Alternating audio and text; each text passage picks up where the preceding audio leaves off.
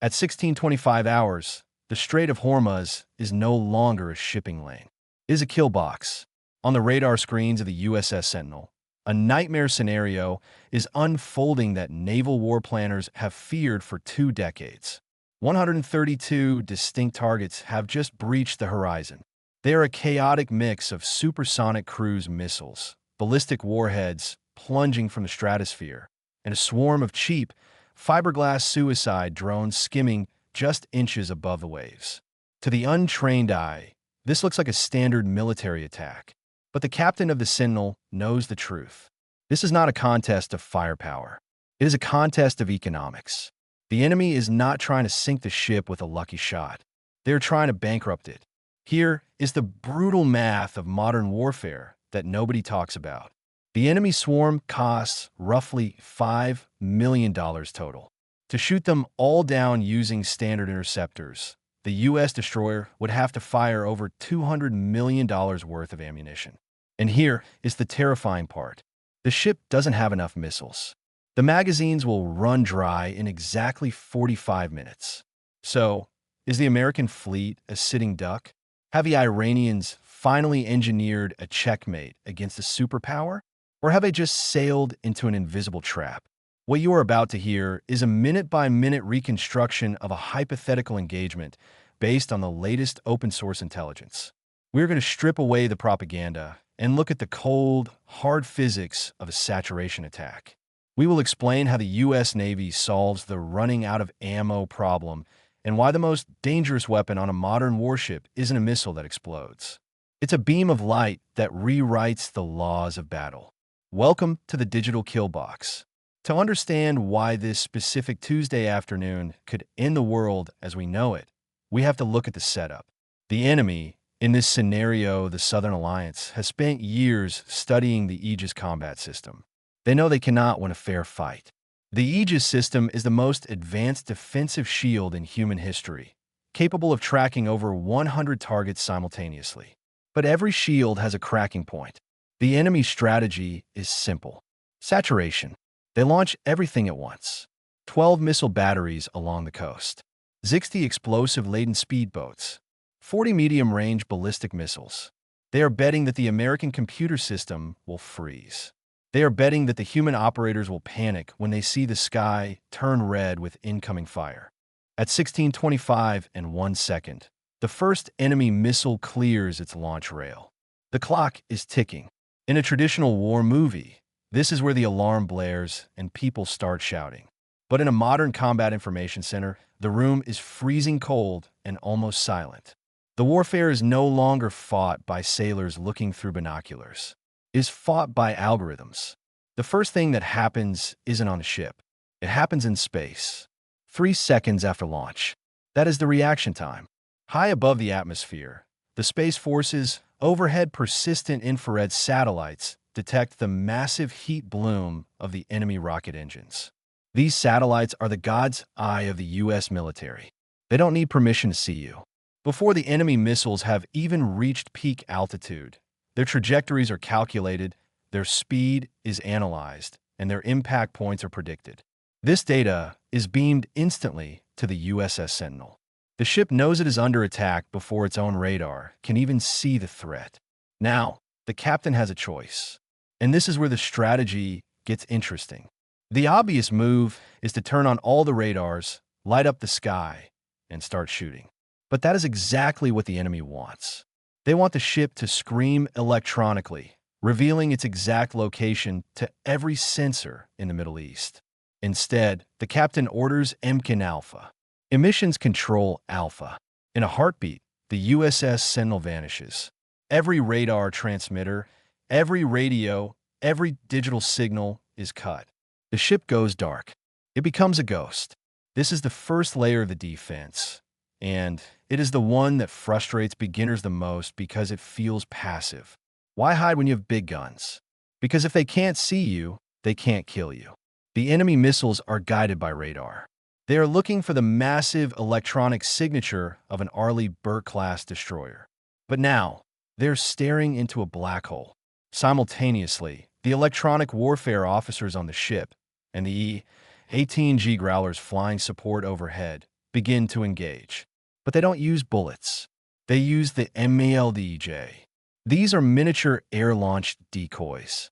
They are small drones that scream electronically, mimicking the radar signature of a U.S. aircraft carrier or a destroyer. Imagine being the enemy missile commander. You look at your screen. Suddenly, where there was one ship, now there are 10. Your missiles, which cost millions of dollars, start to veer off course, chasing digital ghosts. They strike empty water. They explode harmlessly against the waves. This is the shadow code concept. The U.S. Navy doesn't just block your signal. They feed you a new reality. We have effectively hacked the enemy's kill chain before the first shot was fired. But not every missile is fooled. The ballistic missiles, the heavy hitters coming from the edge of space, are dumb weapons. They follow gravity. They are falling at Mach 12 toward the ship's last known position. And the suicide boats are piloted by humans who can see the ship with their own eyes. The ghost trick is over. It is time for the kinetic shield. The atmosphere around the ship transforms into a wall of steel. This is Layer 2. The Aegis system takes over. This is Auto Special Mode. The human reaction time is too slow for hypersonic threats. The computer is now the captain. The vertical launch cells on the deck burst open. First, the SM-6 missiles. These are the Dual 2 variants, designed to hit targets at the very edge of the atmosphere. They cost roughly $4 million each. They streak upward, meeting the enemy ballistic missiles 40 miles above the ocean. The collision is not an explosion in the traditional sense. It is a kinetic impact, metal hitting metal at combined speeds of 15,000 miles per hour. The enemy warheads don't just break. They're turned into atomic dust. Closer to the water, the ESSM, the Evolved Sea Sparrow missile, engages the cruise missiles. These are smaller, faster, and more agile. They can pull 50 G-turns. They hunt down the leakers that got through the outer layer. For 3 minutes, the sky is a panoramic crematorium. White smoke trails crisscross the sunset. Explosions bloom like orange flowers. It looks like a victory. But then the crisis hits. The tactical action officer looks at a screen. A cold, flashing warning appears. Magazine depth critical. This is the dip. This is the moment the enemy was waiting for. The Sentinel has fired off 60% of its interceptors. But the enemy still has a second wave. The suicide boats. On the horizon, 30 fast attack craft are closing in at 50 knots. They are small, made of fiberglass, and they are swarming.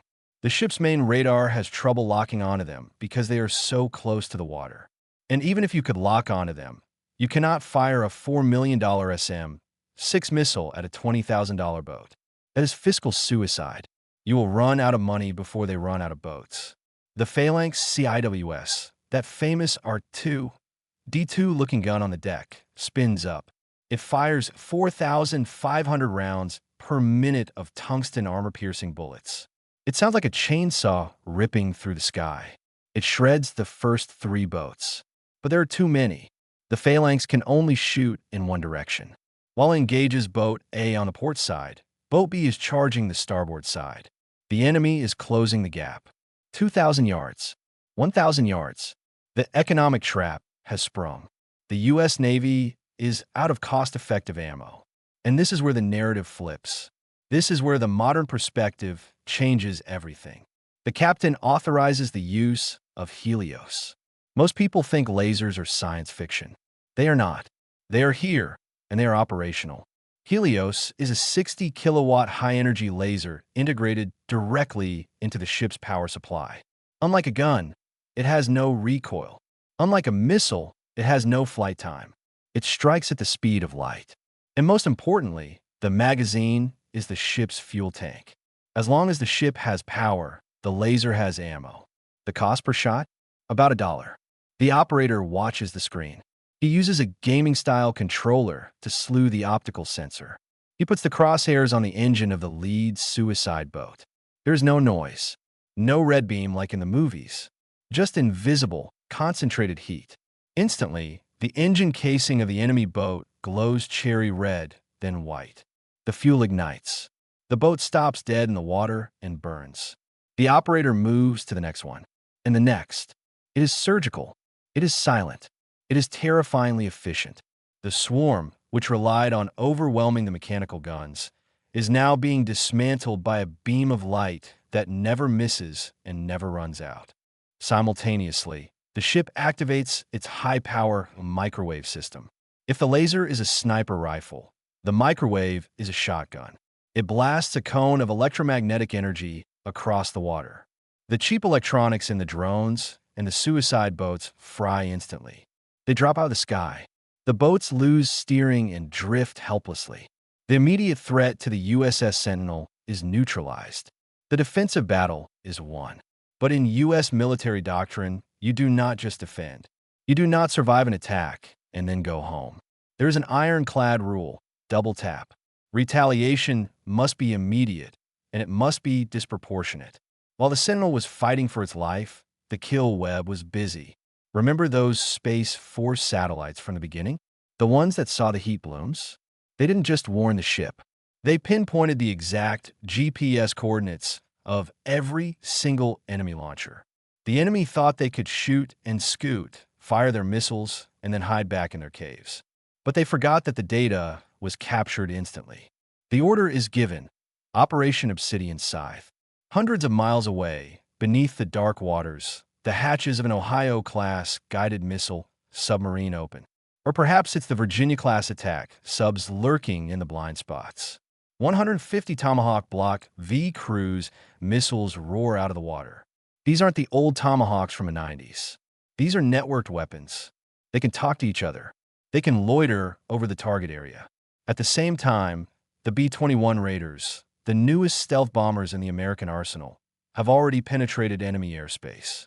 They have been there for an hour, unseen by radar, waiting for the order. They unleash the Stormbreaker smart bombs. The enemy commanders are still celebrating their launch. They are waiting for the damage report from the USS Sentinel. Instead, they hear the whistling of incoming death. The retaliation is precise. It is not carpet bombing. It is a surgical excision. The Tomahawks hit the cave entrances, sealing the mobile launchers inside. The B-21s drop bunker busters on the command centers. The harm, missiles from the aircraft hunt down the remaining radar stations. In 45 minutes, the enemy has gone from an aggressive regional power to a demilitarized zone. Their coastal defense is erased. Their radar is blind. Their navy is sinking. And the USS Sentinel? The paint is scorched. The crew is exhausted. But the ship is floating. So what is the lesson here? What is the gap that we need to close in our understanding of modern naval warfare? The sources and the experts often focus on the explosions. They count the missiles. But the reality of the digital kill box is that the kinetic war, the shooting part, is just the cleanup crew. The battle wasn't won when the laser melted the boat. It wasn't won when the SM-6 hit the ballistic missile. The battle was won years ago in a quiet room by engineers who wrote the code for the Aegis Baseline 10. It was won by the cyber warfare specialists who hacked the enemy's radar loops. It was won by the logistics of the Space Force that can see a rocket launch 3 seconds after ignition. The enemy tried to trap the U.S. Navy in a math problem: too many targets, too few missiles. But the U.S. Navy changed the equation. They replaced expensive missiles with cheap photons. They replaced human reaction time with AI speed. The 132 missiles didn't fail because they were shot down. They failed because, in the eyes of the digital network, they were already dead the moment the launch button was pressed. This is the new standard of deterrence. It is not about how big your gun is. It is about how fast your network thinks. And right now, in the Strait of Hormuz, the network is thinking faster than anyone else on Earth. If you want to understand what happens when that network goes on the offensive, you need to watch our next briefing on the prompt global strike capabilities of the B-21. But until then, remember this. In the 21st century, if you can be seen, you can be hit. And if you can be hit, you're already gone. This is the reality of the 45-minute war. Target verified. Mission complete.